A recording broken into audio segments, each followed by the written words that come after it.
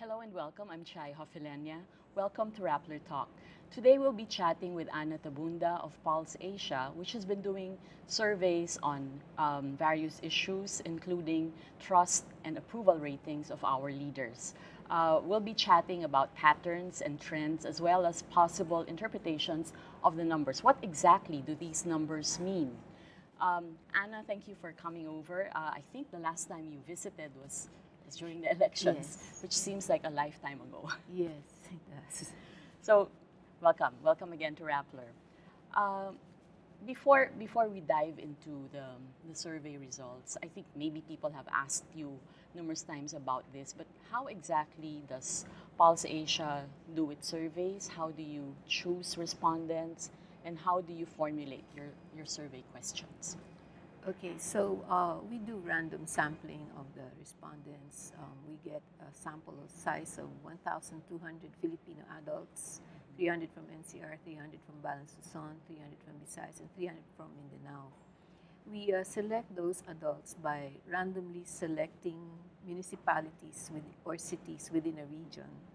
And once a municipality or region is selected, we randomly draw barangays from that municipality according to the number of respondents allocated to that municipality, which is based on population size. Okay. Then once we have the barangays, we randomly select a street corner in the case of an urban area, or either the house of the barangay captain or the church, or if any in the barangay.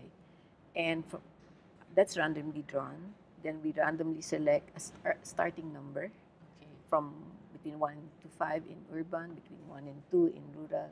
Then we select every fifth household in urban, every second household in rural. Inside the household, we list the number of eligible adults, meaning 18 years old and over. Yeah. And odd-numbered questionnaires are used for males. So if the interviewer is holding an odd-numbered question, only male residents will be listed, male household members will be listed, and then we randomly draw the person. That's how it's done. So it's really random. It's really random. And how about the questions? And how often do you do it? Do you sit down, discuss the questions, formulate it, Yes. do pre-tests? We do discuss the questions. We have a group inside Pulse Asia that sits down, and we normally ask questions about issues, okay? And we decide on the phrasing, and sometimes we have to make what we call statement cards. We explain the issue if it's probably not clear, and we ask, are you aware or not aware of this issue? And if they're not aware, sometimes we don't ask them anymore. But if the statement card sufficiently informs them, we ask them also what their opinion on certain follow-up questions, their responses to certain follow-up questions on the matter. So we do formulate our own questions, and we help our subscribers formulate their questions. You've been doing surveys for the longest time. Is there any change in the survey environment? If you compare, for example, is it easier to ask questions or to look for respondents who will answer your questions very honestly under this administration compared to the previous administrations? Well, we're not finding any difference between how the respondents are refusing. We have refusal rates. They're too busy or they're not at home. So we still have those, and we're essentially getting the same figures now as back then. But the first time we asked a question regarding how they would describe the current president in one word or a phrase, and we went back to our data partner to find out how they were responding to it, because we found out we were getting 99% of them responding. Whereas in the previous administration, for the same question of the previous president, we were only getting 60% of them responding. So higher now. Higher now, and we were told, since majority of the responses are positive, we were told they were excited. The first time around we asked if they were excited to give their one word or one phrase descriptor of the president.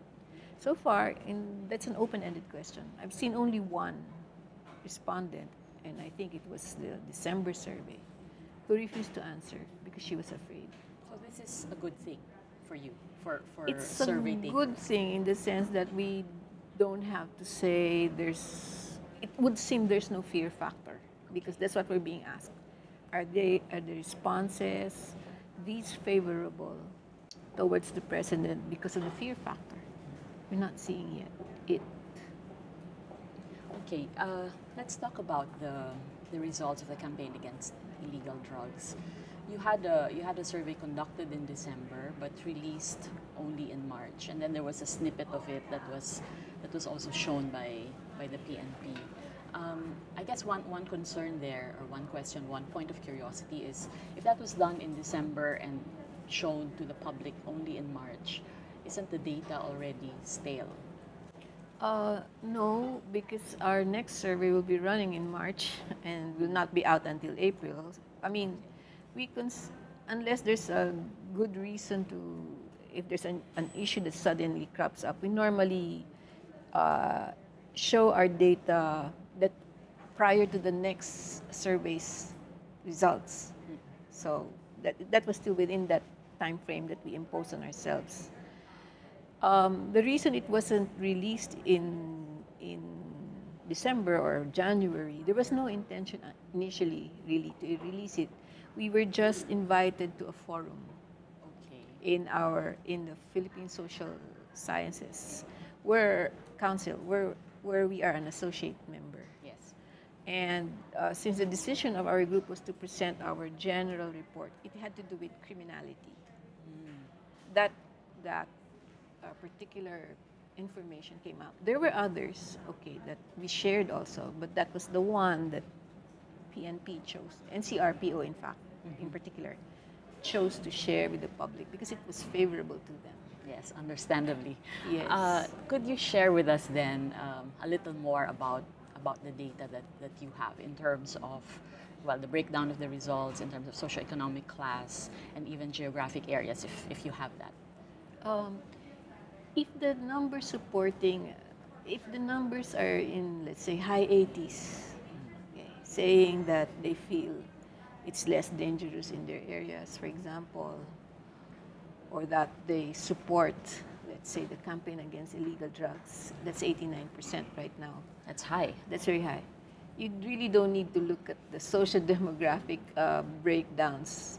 They will more or less be the same. If it's too high or it's too low, they will more or less be the same across areas.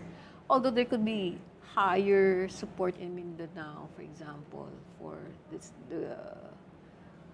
let's say, for the president, than in, let's say, Balang-Susun, because that's what we're seeing in the last survey. But for age groupings and for, let's say, educational attainment, it's not going to be that manifest because we have very small numbers for those groupings. How about socioeconomic class? Would you say that it's in the AB classes or those who are better off, who have the dominant sentiment? Right now, the ABC, based on the last survey, we're seeing the ABC tends to be more supportive of the president than Class E. But you still have majority of the Class E also being supportive of the president and the campaign against illegal drugs.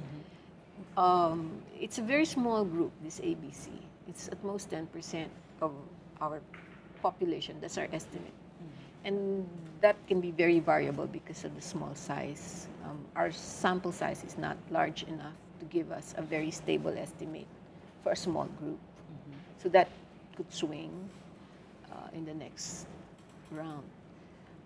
You would expect that because the president has been very critical of oligarchs and of the rich, that at least that's the perception, you would expect that the ABC group, would be more critical of him as well in return.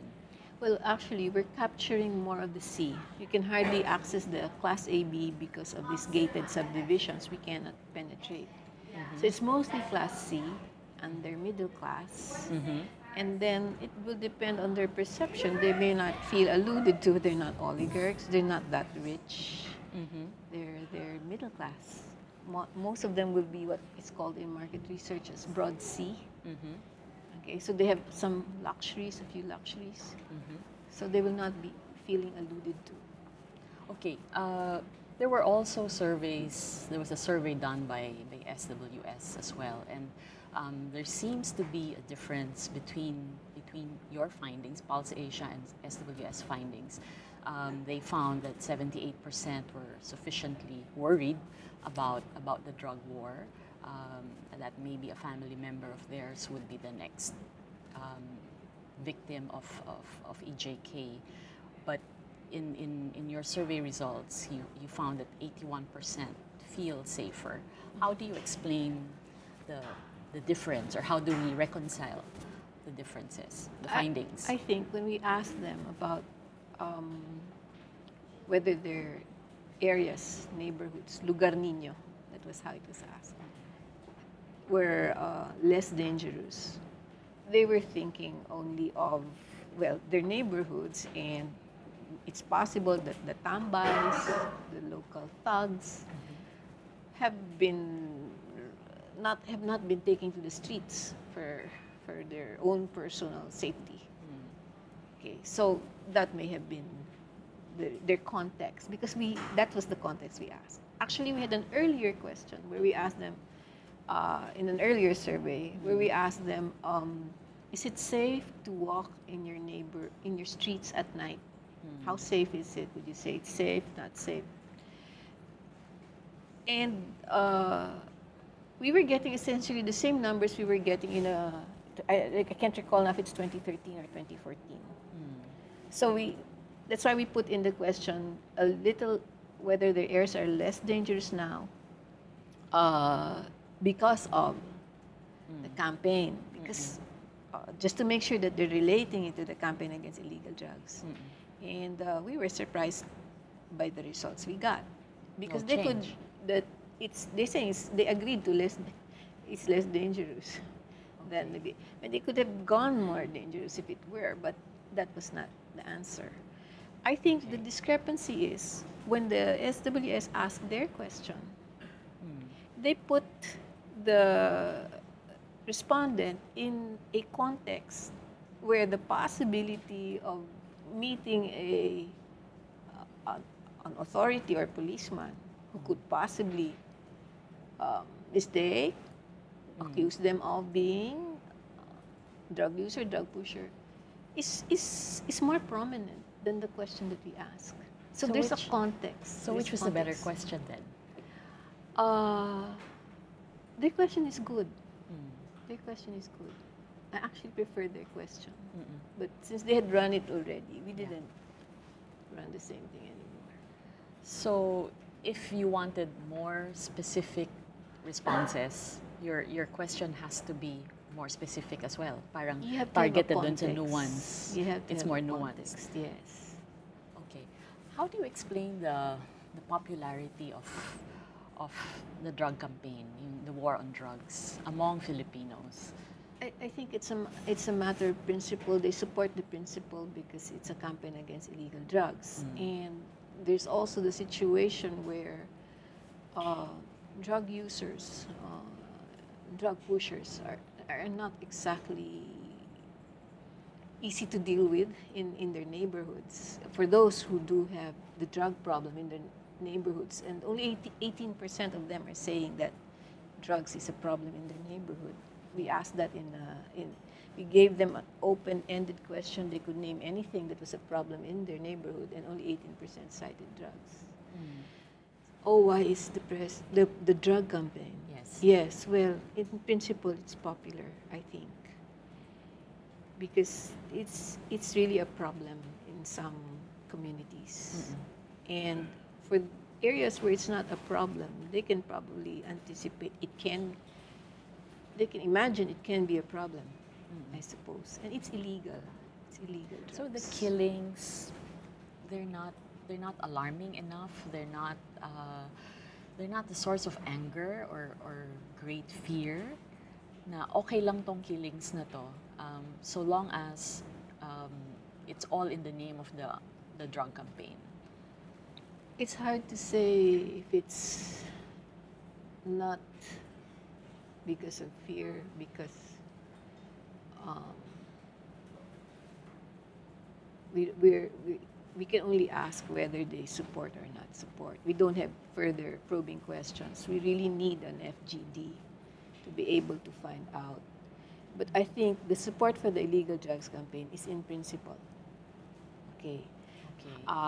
When we do ask them whether they think that the rights of drug users, or those drug suspects, whether users or pushers, are being respected by the police during these encounters or operations, we get about 44% agreeing, 41% can't say whether they agree or disagree, and so you have only about 18% saying no, their rights are not respected. I don't know if the large may or may not is because they're thinking, well, in some cases it could be respected. In some cases, it could be just the rogue cops.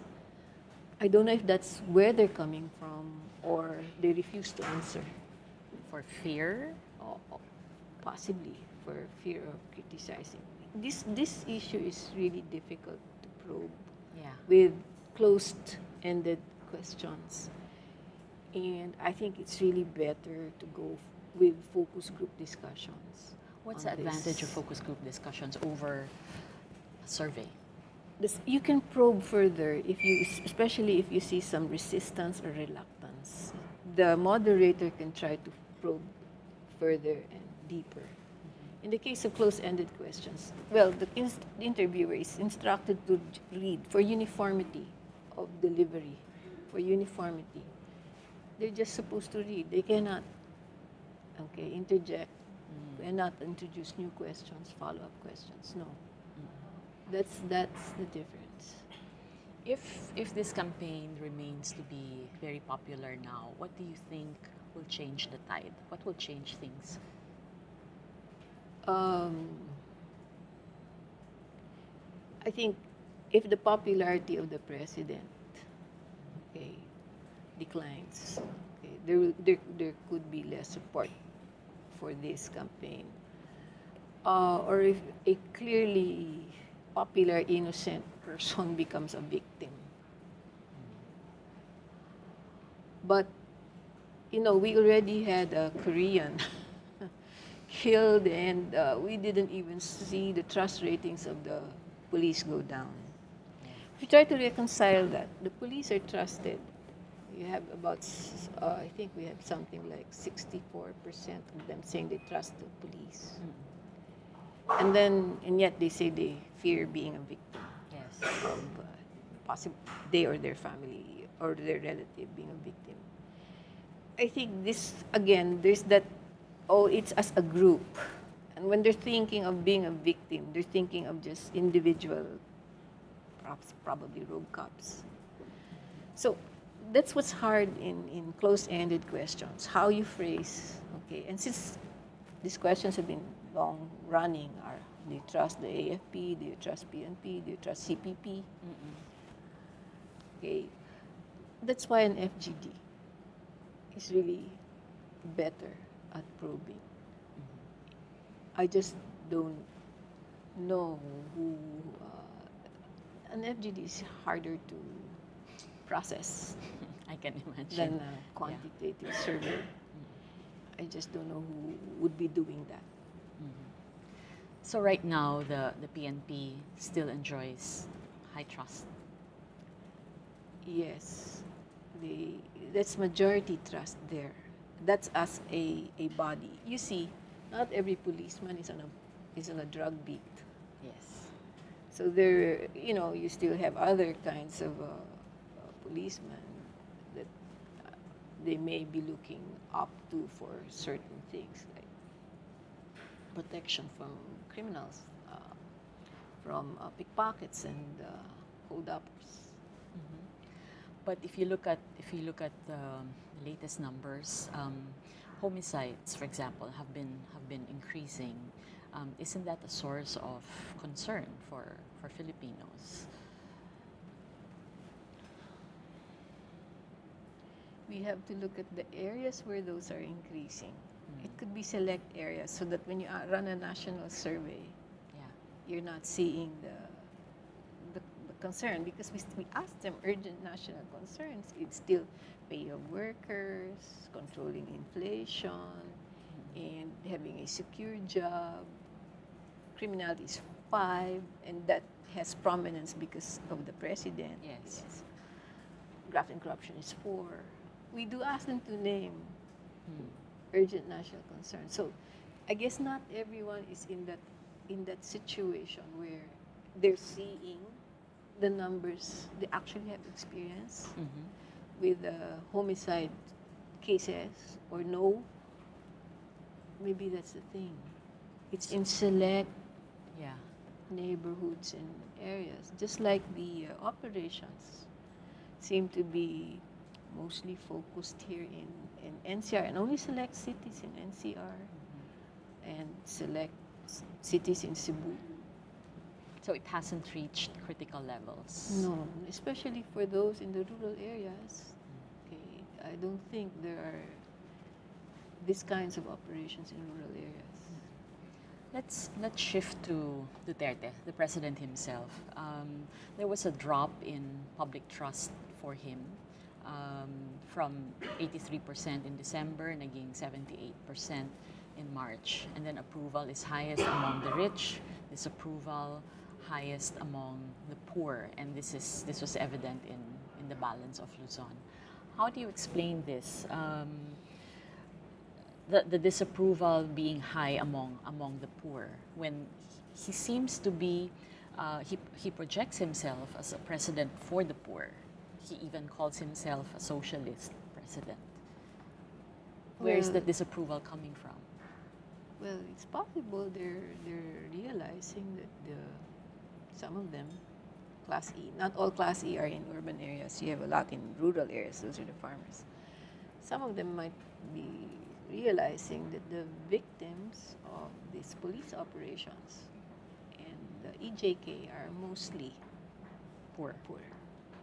So that's possible. May backfire then, backlash. I would think, especially in those areas where the operations are being conducted more frequently than the other areas. Because I did look at that, although the numbers are small, because I looked at certain neighborhoods in NCR, and you can see. The 78% March rating, how does that compare to previous presidents, Pinoy, Mrs. Arroyo, for example? Well, not Mrs. Arroyo, because Mrs. Arroyo didn't start high because of the way she assumed power. Correct. He came into office. The more comparable would have been the previous president and former President Estrada, but pulse was not yet up when in the initial year of President Estrada. So the comparison is Pinoy. Okay. Former President Aquino, and they're statistically tied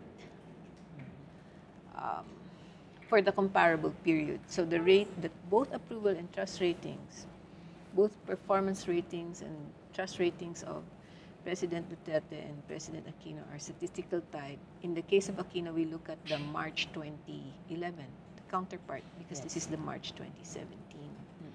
So it would seem that the rate of decline, okay, in this case, the trust rating of President Duterte declined. It's just the usual. But when I think of the context, the issues surrounding the two presidents at the time the ratings were taken, they are very different. In the current situation, we do have this issue of the anti-illegal drugs campaign, the EJKs, and the international community pointing these things out. There was no such equivalent issue during the time of former President Aquino. So it says something. It says something that the issues are not affecting They're not sticking. They're not affecting the popularity of President Duterte. Why is that? Some of our people, he is fulfilling a campaign promise. Because he did say this is what he will do. Now the fact that he extended the 6-month period he gave Yes. himself to 6 years, apparently hasn't had no effect either. They're probably, some of them, especially the supporters, are probably rationalizing because it's probably a bigger problem than he had anticipated. So he's They're being given that him slack. benefit of the doubt. So that's how our people are. If a leader is popular with them, they tend to provide a lot of allowances. But you would expect that, I guess in the campaign, one of the expectations of people was economics, better livelihood, jobs, employment, and that hasn't really been felt here. Yes. The focus of this presidency has really been crime and drugs. There are a few in the open-ended who are saying that's all he's doing, focusing on crime and drugs. And Yeah. the way they say it is that you can see the dissatisfaction, the disapproval. It's in the vernacular. The decline in the Class E, I'm not so sure I will attribute it all to the drug Okay. campaign. Some of it could be economic. Okay, but our people, they tend to be long-suffering when it comes to non-delivery on economic issues. The ratings of a leader normally suffer due to a political issue, not those slides that we see in historical data. They're not due to economic. It's the political issue. So it has to be a political scandal. Yes. So in the case of, for example, in the case of Pinoy, it was PDAF, Mama Sapano. More PDAF. That was the large drop before Mama Sapano. Then, in the case of former President Arroyo, it was the Garci issue.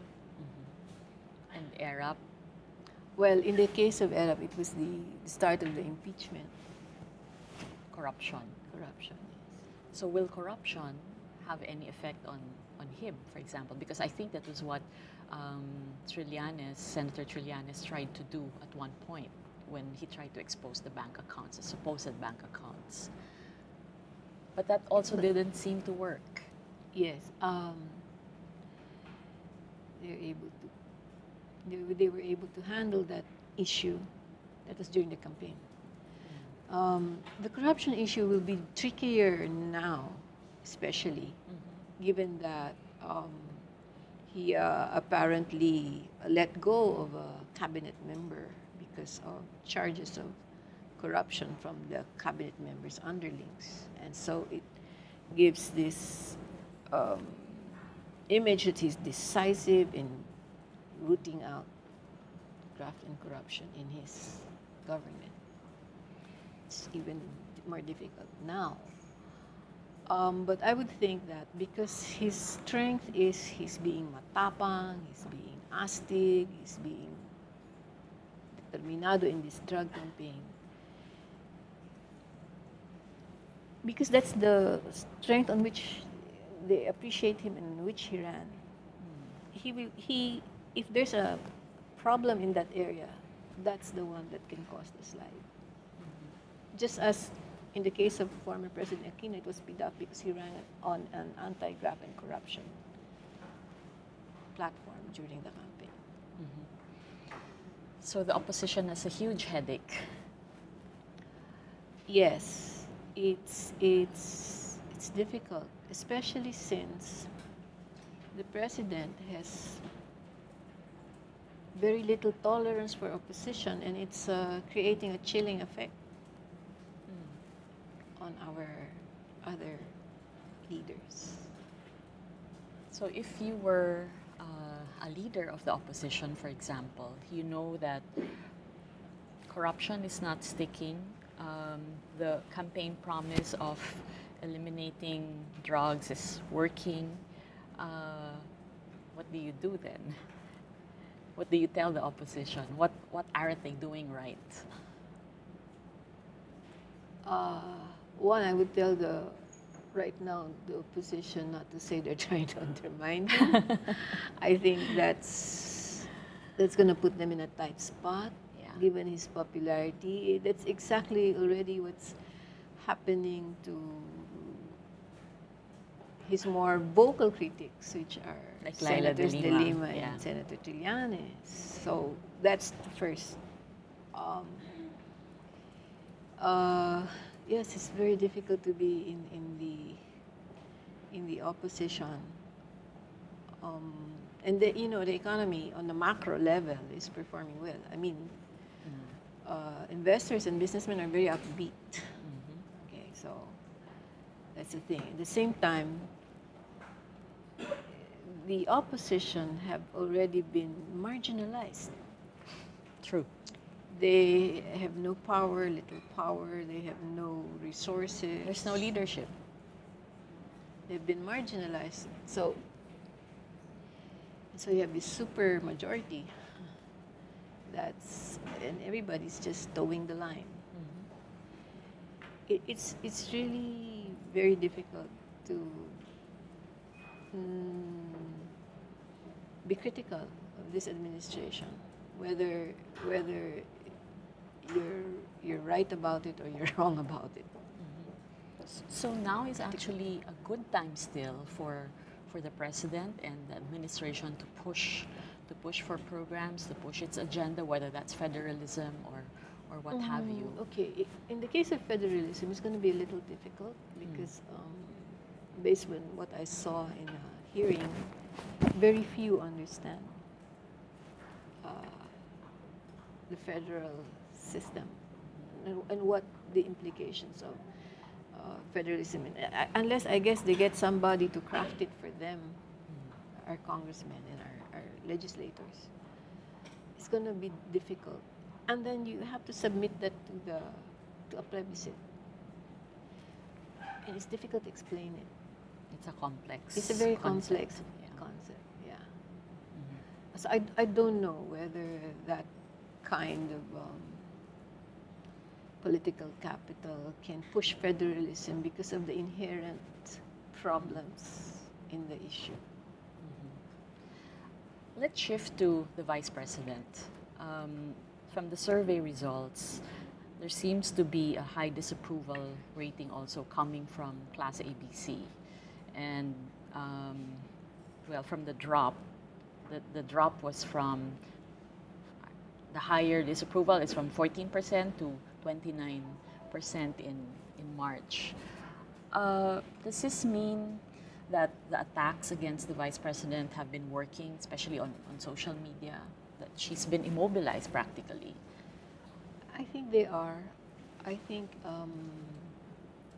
anyone that the president attacks gets affected because of his huge popularity at the moment. So he can do anything at this point? I hope he doesn't. I don't know what limits they will have for him. Right now, it's hard to see that there are limits. But, this will be slow erosion of support. And it could be slower than in the first 3 years of President Aquino, because we also saw slow erosion in the case of President Aquino before the PDAF issue. It could be even slower because of the strong support of Mindanao. In the few, when sometimes the president's rating, Duterte's rating, is somewhat higher than Pinoy's for the comparable period, it was because of the very strong support of Mindanao for President Duterte. And although President Aquino had majority support, 69%, it wasn't anything like the 90s that, especially at the beginning, that President Duterte was enjoying. How does Leni Robredo compare to the ratings of past vice presidents, say Binay and even Gloria?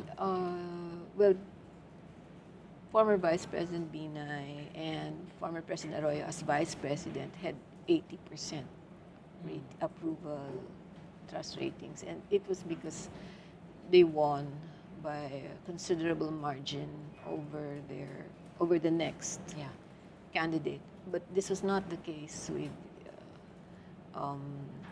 Vice President Leni, and it doesn't help that there's this case being filed contesting the count in certain provinces. That doesn't help. So she's in a very difficult, vulnerable, yes, and vulnerable position at this point. Yes, she's very vulnerable, and it's very difficult for her to move, given that she has been. I mean, her budget.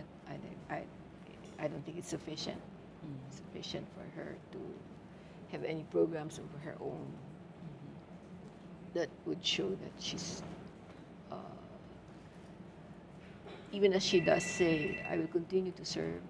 Yeah. It's in serve on because of the limited budget. It will be on a limited capacity. So if you have an extremely popular president, you have a vice president who cannot openly oppose him because of that popularity. What is the future for the opposition in the current environment? Do they just keep quiet and wait for that popularity to drop? That's the survival. That would be the survival strategy. Because otherwise, they will just get decimated right now. But it's hard to foresee what happens next. Okay, because nobody knew that the DAP issue was going to be exposed. I mean the DAP, the development assistance. Yeah, the DAP. The DAP wasn't PDAP. The DAP. Nobody knew that. It was almost by. It was a different. I mean, it was triggered by an infighting. Yes. It had nothing to do with. Okay, so it's hard to. I don't know what the impact of this infighting among the president's people in certain departments